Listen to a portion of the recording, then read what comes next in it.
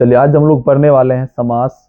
ये आपके व्याकरण का सबसे महत्वपूर्ण चैप्टर है, सबसे महत्वपूर्ण टॉपिक है और इससे अधिक मात्रा में क्वेश्चन पूछे जाते हैं आपके बोर्ड एग्जाम। लाइट नहीं जल रहा है, ठीक है। हाँ तो क्या बता रही है, समास जो होता है व्याकरण का क्या होता है, सबसे इंपॉर्टेंट टॉपिक होता है, जिसमें क्या होता है बहुत सारे ऑब्जेक्टिव क्वेश्चन और कभी कभी किसी किसी दो समास में अंतर पूछता है। अभी आप लोग क्वेश्चन बैंक बनाएंगे तो आपको दिखाई पड़ेगा। बहुत सारे ऑब्जेक्टिव होता है, ऑब्जेक्टिव कहाँ से निकलता है, डेफिनेशन से। इसका डेफिनेशन तो कोई भी याद कर लेगा, बिल्कुल आसान है। लेकिन मेन होता है उसका एग्जाम्पल याद करना कि समास किस प्रकार का समास। कोई एक एग्जाम्पल दे देगा, रात दिन किस प्रकार का समास है, समझ में। तो इसके एग्जाम्पल से क्वेश्चन पूछा जाता है। तो सबसे पहले हम लोग आज पढ़ेंगे समास किसे कहते हैं। ये आपका हिंदी व्याकरण का सबसे इंपॉर्टेंट टॉपिक है, सबसे अधिक क्वेश्चन या स्कोरिंग करने वाला टॉपिक क्या है, समास। तो सबसे पहले हम लोग समास का अर्थ समझते हैं। समास मतलब होता है समाया हुआ शब्द, जो दो वर्ड या दो पद क्या है आपस में समाया हुआ है। और कई बार एग्जाम में कहता है समास विग्रह कीजिए। विग्रह मतलब उसको तोड़ के उसका अर्थ बताइए। तो समास एक ऐसा शब्द है जो क्या करता है, किसी दो वर्ड को आपस में क्या करता है, समा दे। चलिए समझिए अब। तो समास किसे कहते हैं, जब दो या दो से अधिक पदों के बीच क्या होता है, बीच की विभक्ति क्या होता है, छोड़कर आपस में दोनों शब्द क्या होते हैं, मिल जाते हैं। इसी मिल को क्या कहते हैं, समास कहते हैं। एग्जाम्पल समझिए, कहता है राजा का महल, तो बीच में क्या है, का है।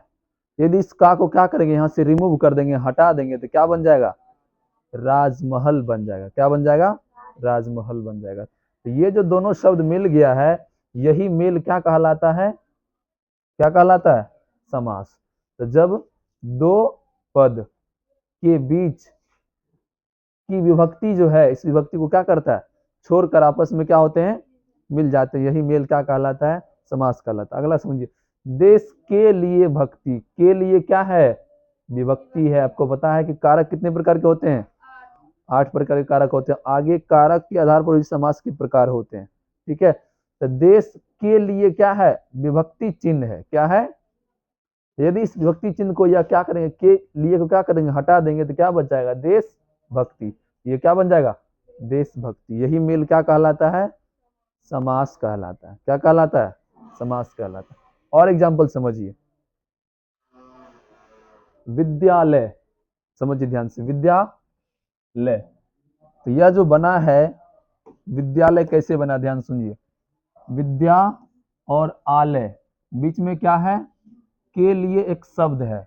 लेकिन जब के लिए को क्या करते हैं, हटा देते हैं, छुपा देते हैं, तो विद्या और आलय मिल जाता है, क्या बन जाता है, यही मेल क्या कहलाता है, समास कहलाता है। अगला एग्जाम्पल समझो, रसोई के लिए घर। तो घर हो गया आपको दूसरा पद, रसोई हो गया पहला पद या पहला शब्द, और के लिए क्या है, विभक्ति चिन्ह है। तो जब दो या दो से अधिक पद के बीच की विभक्ति क्या होते हैं, विलुप्त हो जाते हैं, गायब हो जाते हैं, और दोनों शब्द आपस में मिल जाते हैं, यही मेल क्या कहलाता है, समास कहलाता है।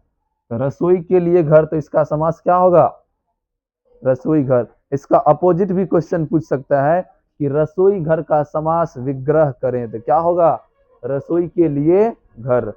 सभा भवन का समास विग्रह करें, तो क्या होगा, सभा के लिए भवन। विश्राम गृह का समास विग्रह करें, तो क्या होगा, विश्राम के लिए घर। तो ये सब आपका एग्जाम्पल है जो समास को दर्शा रहा है। समास जब दो या दो से अधिक पद अपने क्या करता है, बीच की विभक्ति को छोड़कर आपस में क्या होते हैं, मिल जाते हैं, यही मेल क्या कहलाता है, समास कहलाता है। अगला एग्जांपल समझो, गुरु दक्षिणा, गुरु के लिए दक्षिणा। प्रयोगशाला, प्रयोग के लिए शाला। देशभक्ति, देश के लिए भक्ति। तो देखो सभी के बीच की भक्ति क्या हो रहा है, गायब हो रहा है, बिल्कुल विलुप्त हो रहा है, दोनों शब्द आपस में मिल जा रहा है, यही शब्द क्या कहलाता है, यही मेल क्या कहलाता है, समास। तो समास का शाब्दिक अर्थ क्या होता है, मिलना, मेल होना, समा जाना एक दूसरे में, ऐसा समझ में।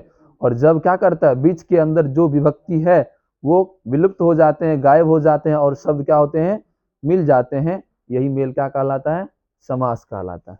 ये सब एग्जाम्पल सबको समझ में आया। अगला समझो, स्नान घर का समास विग्रह क्या होगा, स्नान के लिए घर।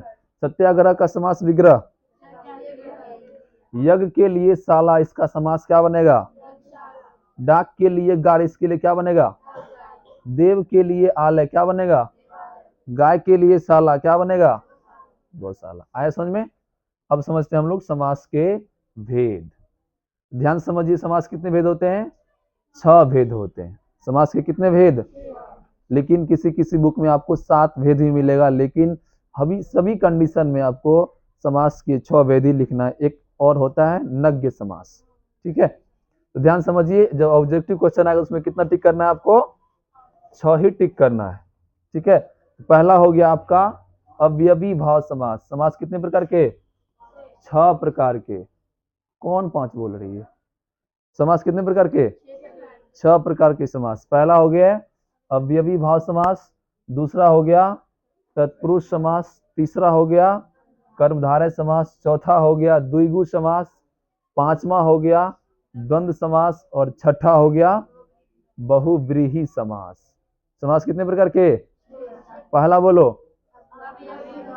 दूसरा, तीसरा, चौथा, पांचवा, छठा। चलिए इसको हम लोग शॉर्ट में एक बार इसका डेफिनेशन जानते हैं, फिर आपको आगे बताएंगे। ध्यान समझिए, समास 6 प्रकार के, कोई नहीं भूलेगा। समास कितने प्रकार के, 6 प्रकार के। तो पहला समास हम लोग जानते हैं अवयवी भाव समास। देखिए उसके नाम से यह स्पष्ट है, जिसका पहला पद अव्यय हो। अव्यय मतलब को जो कभी बदलता नहीं है, या इसका दूसरा डिफिनेशन बोलेंगे जिसका प्रथम पद प्रधान हो। वैसा समास जिसका क्या हो, प्रथम पद प्रधान हो, उसे क्या कहते हैं, अवयवी भाव समास कहते हैं। आए समझ में। जिसका प्रथम पद क्या हो, प्रधान हो, या जिसका प्रथम पद अव्यय हो, क्या हो, इसका कितना डिफिनेशन हो गया, 2 डिफिनेशन। जिसका प्रथम पद क्या हो, अव्यय हो, उसे क्या कहते हैं, कौन सा समास, अवयवी भाव समास कहते हैं। दूसरा समास है तत्पुरुष समास, जिसमें कारक के चिन्ह लगे होते हैं, जिसमें कारक के विभक्ति चिन्ह होते हैं, उसे क्या कहते हैं, तत्पुरुष समास। जैसे अभी जो भी एग्जांपल दिए थे, यज्ञ के लिए शाला, विद्या के लिए आलय, पूजा के लिए घर, पूजा घर, स्नान के लिए घर, स्नान घर। तो बताओ बीच में क्या है, विभक्ति चिन्ह है, कारक की विभक्ति चिन्ह है। किसका विभक्ति चिन्ह, तो वैसा समास जिसके बीच में क्या हो, कारक का विभक्ति चिन्ह हो। ये पहचानने का नियम है। कोई भी एग्जांपल दे देगा, कहेगा यह कौन समास है, तो यदि उसमें कारक का कोई भी चिन्ह लगा रहेगा, में, से, को, के लिए, आगे बताएंगे, ठीक है, तो वो सभी समास क्या होंगे, तत्पुरुष समास होंगे। आए समझ में। जिसमें किसका चिन्ह लगा रहता है, कारक का चिन्ह लगा रहता है, ठीक है। अगला है कर्मधारय समास, जिसमें विशेषण विशेष्य का बोध होता है, या जिसमें सुंदरता का वखान किया जाता है, जिसमें किसी रूपों का या किसी के गुणों का, विशेषता का प्रकट होता है, विशेषता का बोध होता है, वही समास क्या कहलाता है, कर्मधारय समास। तो वैसा समास जिसमें विशेषण विशेष्य, विशेष मतलब क्या होता है, किसी विशेष व्यक्ति की विशेषता को बता रहा है। जैसे चंद्रमुखी, जिसका मुख किसके समान हो, चंद्रमा के समान हो। बताओ कितना सुंदर होगी वो, है समझ में। तो बताओ चंद्रमुखी कौन सा समास, कर्मधारय समास। कौन सा समास, कर्मधारय समास। कमल नयन, नयन मतलब क्या होता है, जिसका आंख कमल के जैसा चमकीला सुंदर हो। तो बताओ इसमें किसी विशेष व्यक्ति की क्या कर रहा है, विशेषता को बता रहा है। तो यह कौन समास होगा, कर्मधारय समास। पहचान लेगा ना, ऑब्जेक्टिव क्वेश्चन में आएगा तो। आगे और इसका डिफिनेशन बताएंगे डीपली, पहले शॉर्ट में बता रहे। अगला है द्विगु समास। द्विगु, द्वि एक प्रकार का संख्या नामक शब्द है, जिसका भी प्रथम पद संख्या वाला होगा, नंबर का बोध करा रहा होगा, वह संख्या, सॉरी वह समास क्या होगा, तो वैसा समास जिसका प्रथम पद क्या हो, संख्या का बोध कराता हो, उसे क्या कहते हैं, जैसे पंचवटी, उसका पहला वर्ड क्या है? पंच। पंच मतलब क्या होता है? पांच। जहां पांच रास्ते आकर मिलते हैं, वट मतलब क्या होता है? रास्ता। पथ मतलब क्या होता है? रास्ता। तो जहां पांच रास्ता का मिलन होता है उसे क्या कहते हैं? पंचवटी। तो बताइए पंचवटी कौन सा समास? द्विगु समास। चौराहा कौन सा समास? क्योंकि प्रथम पद जो चौ बता रहा है, चौ मतलब चार, जहां चार रास्ते होते हैं वही क्या कहलाता है? चौराहा। चौवन्नी जिसमें चार आना हो, अठन्नी जिसमें आठ आना हो। तो ये सभी जो शब्द हैं ये क्या कर रहा है? जिसका प्रथम पद क्या है? संख्या का बोध करा रहा है। किसका बोध करा रहा है? तो वही समास क्या कहलाएगा? क्या कहलाएगा? द्विगु समास कहलाएगा। पहचान लेगा ना? चलिए अगला है द्वंद्व समास। द्वंद्व मतलब होता है दोनों एक दूसरे के लिए महत्वपूर्ण है, एक के बिना दूसरा अधूरा है, एक के बिना दूसरा मर जाएगा, कट जाएगा, लेकिन उसका कोई इस धरती पर महत्व नहीं रहेगा। वही समास क्या कहलाता है? जिसका दोनों पद प्रधान हो, एक के बिना दूसरा अधूरा हो, वही क्या कहलाता है? द्वंद्व समास। क्या कहलाता है? तो वैसा समास जिसका दोनों पद प्रधान हो उसे क्या कहते हैं? जैसे रात दिन, दोनों एक दूसरे के लिए क्या है? प्रधान है। बिना रात का दिन होगा? अब बिना दिन का रात का कोई महत्व है? हम लोग दिन जानते तभी ना रात को समझ रहे हैं कि हाँ ये रात है। यदि सिर्फ दिन ही रहता तो रात का कोई महत्व नहीं रहता। भात दाल या चावल दाल, बिना चावल का दाल खा पाएंगे? या बिना दाल का चावल अच्छा लगेगा? नहीं लगेगा। दोनों एक दूसरे के लिए क्या है? प्रधान है, दोनों एक दूसरे के लिए महत्वपूर्ण है।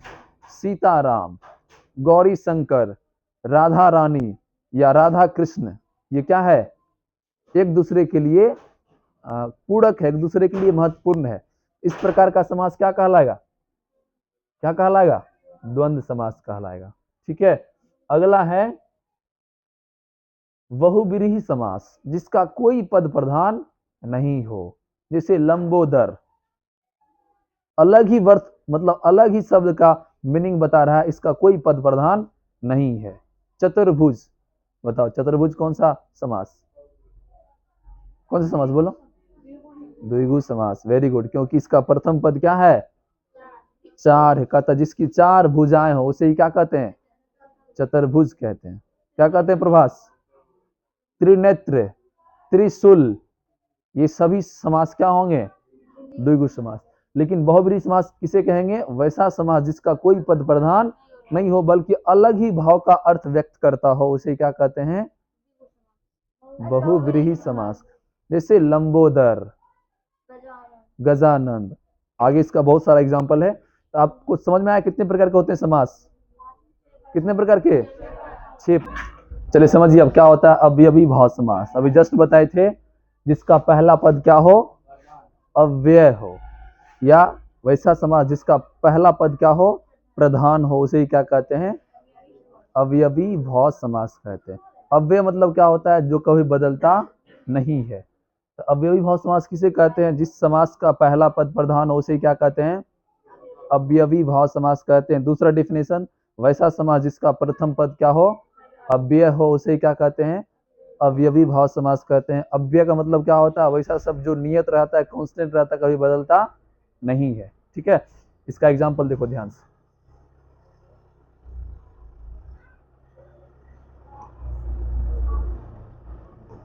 ये सभी समास आपको अवयवी भाव समास है। ठीक है। यथा समय, यथा शब्द क्या है? यहाँ पर प्रधान है और ये कभी बदलेगा नहीं। यथा शब्द क्या होगा? कभी बदलेगा नहीं, ये अव्यय है। यथा समय मतलब क्या होता है? इसका विग्रह क्या होगा? समय के अनुसार। क्वेश्चन दे देगा यथा समय का विग्रह है निम्न में कौन? तो क्या होगा सही आंसर? समय के अनुसार। यथा स्थिति क्या होगा इसका समास विग्रह? स्थिति के अनुसार। प्रतिदिन क्या होगा इसका समास विग्रह? दिन दिन या प्रतिदिन। ऐसा में दूसरा है क्या? प्रति गली या गली गली मतलब क्या हो गया? प्रत्येक गली। घर घर या प्रत्येक घर मतलब क्या हो गया? प्रत्येक घर। ऐ समझ में? हाथों हाथ मतलब हाथ ही हाथ। तो ये सभी प्रकार के समास क्या हो गए? अव्ययी भाव समास हो गए, जिसका सभी का पहला पद क्या है? प्रधान है। उसे ही क्या कहते हैं? अव्ययी भाव समास कहते हैं। सबको याद हो गया? तो वैसा समास जिसका प्रथम पद क्या हो? अव्यय हो, या वैसा समास जिसका प्रथम पद क्या हो? प्रधान हो, उसे क्या कहते हैं? और एग्जांपल देखो, निहत्था। चलो समझो, निहत्था मतलब क्या होता है? बिना हथियार का। है समझ में? दूसरा क्या है? भरपूर। क्या होगा? पूरी तरह बड़ा हुआ। सादर मतलब आदर के साथ। प्रत्येक मतलब एक एक या प्रति एक। इसका विग्रह क्या होगा? एक एक या प्रति एक। और प्रति मतलब भी क्या होता है? एक ही होता है। इसको हम लोग विग्रह में कह सकते हैं एक एक या प्रति एक। है समझ में? आमरण मतलब मरने तक या मरण तक, जब तक उसकी मृत्यु नहीं हो जाती। ठीक है? यथा विधि मतलब विधि के अनुसार। रात भर मतलब पूरी रात। अनुरूप मतलब रूप के अनुसार। ये सभी प्रकार के समास क्या हो गए? अव्ययी भाव समास होंगे, जिसका प्रथम पद क्या है? प्रधान है। ये सभी एग्जाम्पल लिखा होना चाहिए। है समझ में?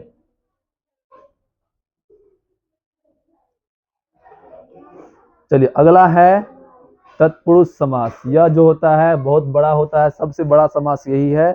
इसका 6 प्रकार अकेले है। तत्पुरुष समास का भी कितना प्रकार? 6 प्रकार।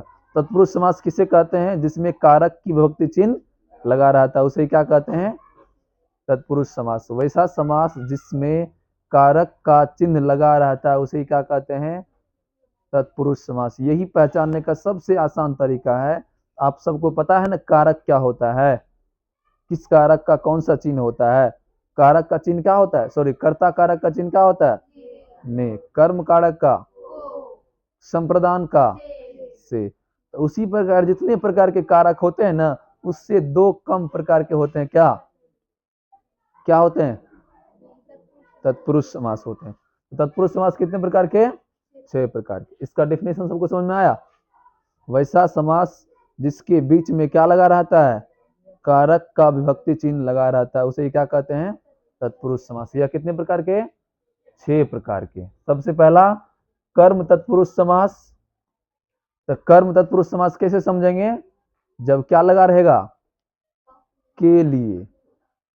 कर्म का चिन्ह क्या होता है? कर्ता ने कर्म को या के लिए भी रहता है। किसका होता था? चलो आगे एग्जांपल में समझ लेंगे। यहां तक सबको समझ में आया? तो कर्म जिसमें कर्म कारक का चिन्ह रहता है, उसे क्या कहते हैं?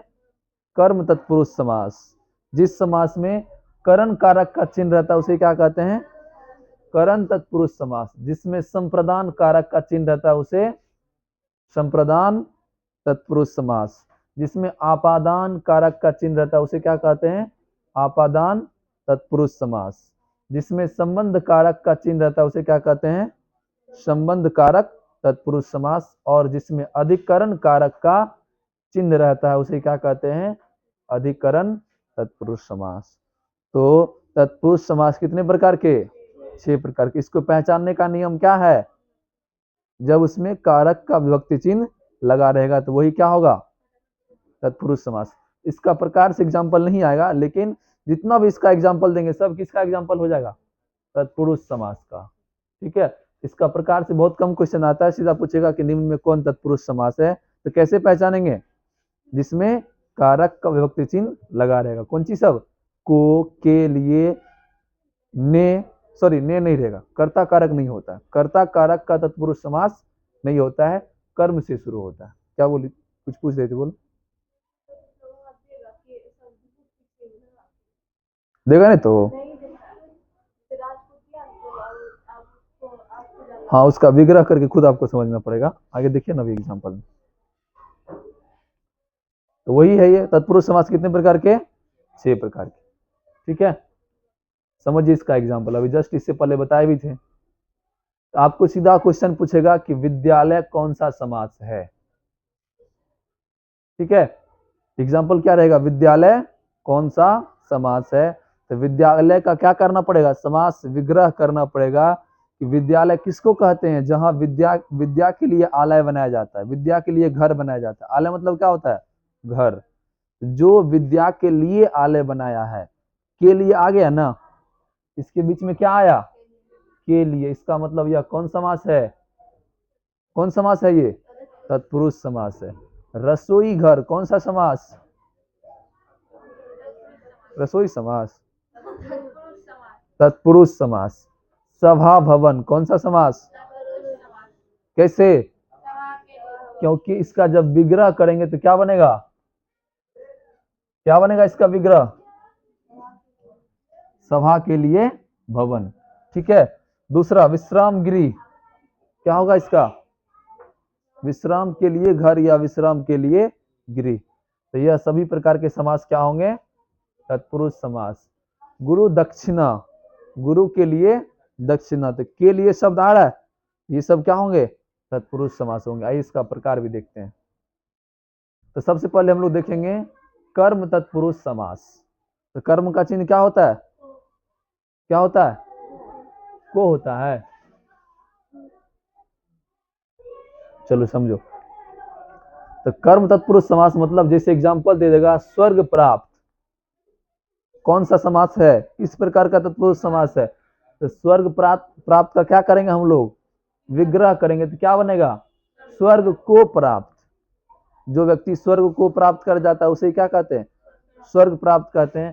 तो स्वर्ग प्राप्त कौन सा समास, कर्म तत्पुरुष समास, क्योंकि इसमें कर्म कारक का चिन्ह लगा हुआ है, क्या, को लगा हुआ है, क्या लगा हुआ है।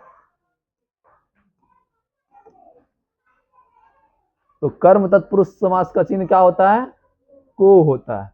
तो स्वर्ग प्राप्त का समास विग्रह क्या होगा, स्वर्ग को प्राप्त, क्या होगा राधा। तो यह कौन सा समास होगा, किस प्रकार के तत्पुरुष समास, कर्म तत्पुरुष समास होंगे। अगला है सिर तोड़, सिर को तोड़ने वाला, सिर तोड़ का समास विग्रह क्या होगा, सिर को तोड़ने वाला। तो कौन सा विभक्ति चिन्ह आ रहा है, कर्म कारक का विभक्ति चिन्ह आ रहा है, जिसका नाम क्या है, को। तो ये सभी प्रकार के समास क्या हो गए, तत्पुरुष समास हो जाएंगे। प्रकार से उसे नहीं पूछेगा, अभी देख लेना। सो चिरी मार, चिड़ियों को मारने वाला, चिड़ियों को, इसका विग्रह भी साथ साथ याद करते जाना है। चिरी मार का समास विग्रह क्या होगा, चिड़ियों को मारने वाला। तो बताइए चिरी मार कौन सा समास, कर्म तत्पुरुष समास, क्योंकि इसमें कर्म कारक का विभक्ति चिन्ह लगा हुआ है। यदि कर्म तत्पुरुष समास ऑप्शन में नहीं रहेगा तब कौन समास होगा, तत्पुरुष समास, क्योंकि कारक का ही है। कर्म क्या है, कारक है, करण क्या है, कारक। अगला देखिए करण तत्पुरुष समास। तो वैसा समास या वैसा तत्पुरुष समास जिसमें करण कारक का चिन्ह लगा रहता है उसे क्या कहते हैं, करण तत्पुरुष समास। तो करण का चिन्ह क्या होता है, से होता है। करण का चिन्ह क्या होता है, से। क्या लिखा हुआ ये, पद दलित, पद से दलित, पद से दलित। पद दलित का समास विग्रह क्या होगा, पद से दलित। इसमें कौन सा विभक्ति चिन्ह है, से है, मतलब करण कारक का विभक्ति चिन्ह है। तो इसका मतलब पद दलित कौन सा समास होगा, करण तत्पुरुष समास। इसका विग्रह होगा कि पद दलित का विग्रह होगा कि पद के लिए दलित नहीं होगा, पद से दलित है वो, तभी वो क्या कहलाता है, पद दलित। रस भरा, रस से भरा, क्या होगा, रस से भरा। तो बताइए कौन सा विभक्ति चिन्ह है, से है। मतदाता, मददाता, सॉरी मदमाता है, क्या है, मदमाता, मद से माता। ये तीनों किस प्रकार के समास होंगे, करण तत्पुरुष समास होंगे, क्योंकि इसके विग्रह से पता चलता है इसमें कौन सी विभक्ति चिन्ह है, से है। आज समझ में। चलिए आगे देखिए अब संप्रदान तत्पुरुष समास। तो वैसा तत्पुरुष समास जिसमें संप्रदान कारक का चिन्ह लगा रहता है उसे क्या कहते हैं, क्या कहते हैं? संप्रदान तत्पुरुष समास, करण तत्पुरुष समास। अगला है संप्रदान तत्पुरुष समास, जिसमें संप्रदान कारक का विभक्ति चिन्ह रहता है, उसे क्या कहते हैं? तो बता, संप्रदान का विभक्ति चिन्ह क्या होगा? क्या होगा? के लिए। इसका बहुत सारा एग्जाम्पल बता दिया आप लोग को। रसोई घर का समास विग्रह क्या होगा?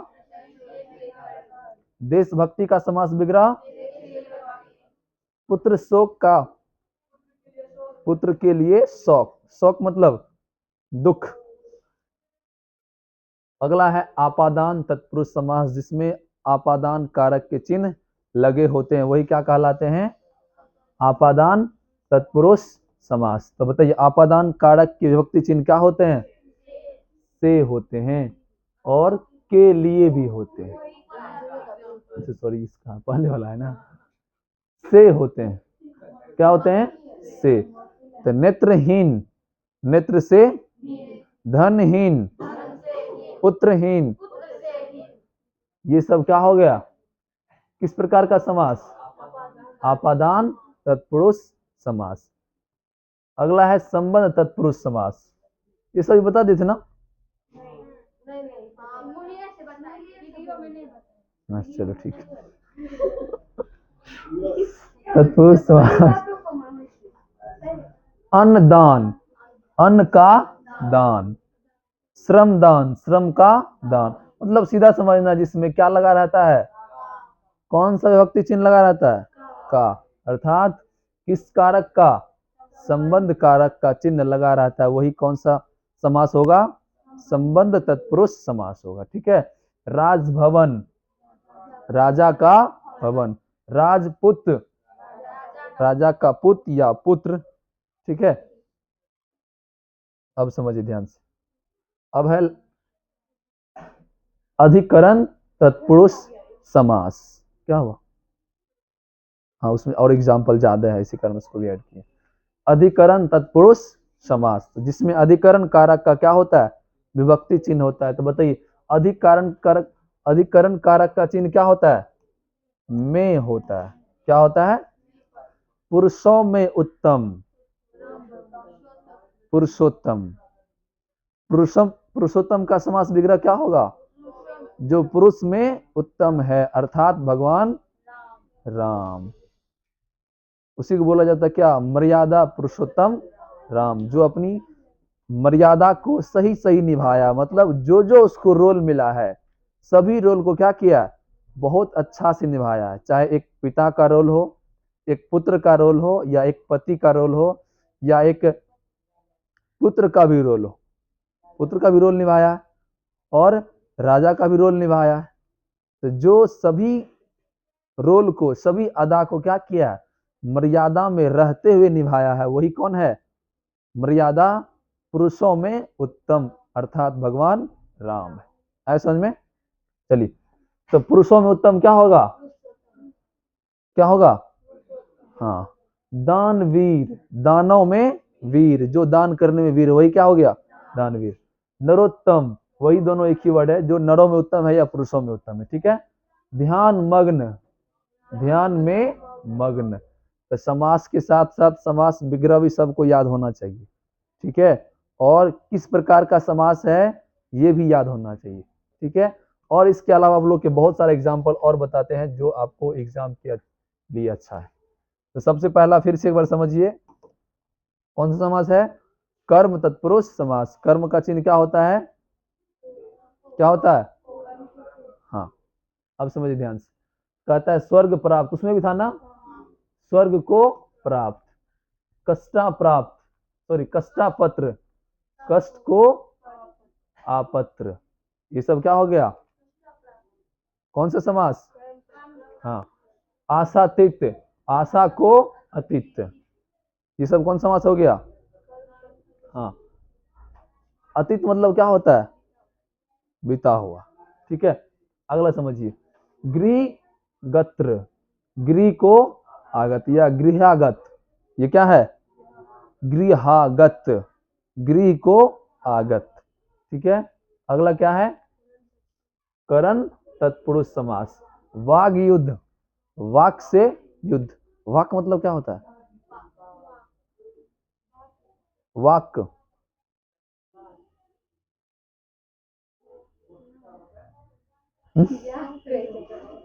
चलो आगे देखो। वाक से युद्ध, ये क्या है? आचार कुशल, आचार से कुशल, आचार मतलब उसका विचार समाचार, ठीक है। नीति युक्त, नीति से युक्त। ईश्वर प्रदत्त, ईश्वर से प्राप्त जो है, या ईश्वर से प्रदत्त, ईश्वर ईश्वर के द्वारा जो दिया गया। तुलसी कृत, तुलसी से कृत। अगला है सराहत, सर से आहत, ठीक है। ये क्या? अकाल प्रीत, अकाल से प्रीत या असमय प्रीत। ये सब कौन समास है? कर्मधारय समास। किस प्रकार का कर्मधारय समास? सॉरी सॉरी सॉरी, कौन सा समास? तत्पुरुष समास। कर्म कारक हमको याद में आ गया। तो किस प्रकार का तत्पुरुष समास? करण तत्पुरुष समास। क्यों? क्योंकि इसमें कौन सा विभक्ति चिन्ह है? से है। और एग्जांपल देखिए, मद माता, मद से माता। और क्या है? कपर छन्ना, कपड़े से छना हुआ, ठीक है। अगला है मुंह मांगा, मुंह से मांगा हुआ। है समझ में? तो ये सभी प्रकार के समास क्या होंगे? तत्पुरुष समास होंगे। लेकिन उसका प्रकार पूछेगा तो प्रकार भी याद रखना है। लेकिन ये सभी प्रकार, जितना भी एग्जाम्पल देख रहे हैं, सब किसका उदाहरण है? तत्पुरुष समास का। इतना याद रखना कि ये तत्पुरुष समास है जिसमें कारक के विभक्ति चिन्ह होते हैं। अगला समझिए, देशभक्ति, देश के लिए भक्ति, क्या है? ये विभक्ति चिन्ह है। विद्यालय, विद्या के लिए आलय। और क्या है? कृष्णार्पण, कृष्णा के लिए अर्पण। रसोई घर, रसोई के लिए घर। हथकड़ी, हाथ के लिए कड़ी। राह खर्च, राह के लिए खर्च। ये सभी समास क्या होंगे? संप्रदान तत्पुरुष समास। सिर्फ इतना याद रख लेना कि तत्पुरुष समास है, ठीक है। उसके बाद हम बाद बाकी देख लेंगे। अगला है दुरागत, दूर से आगत।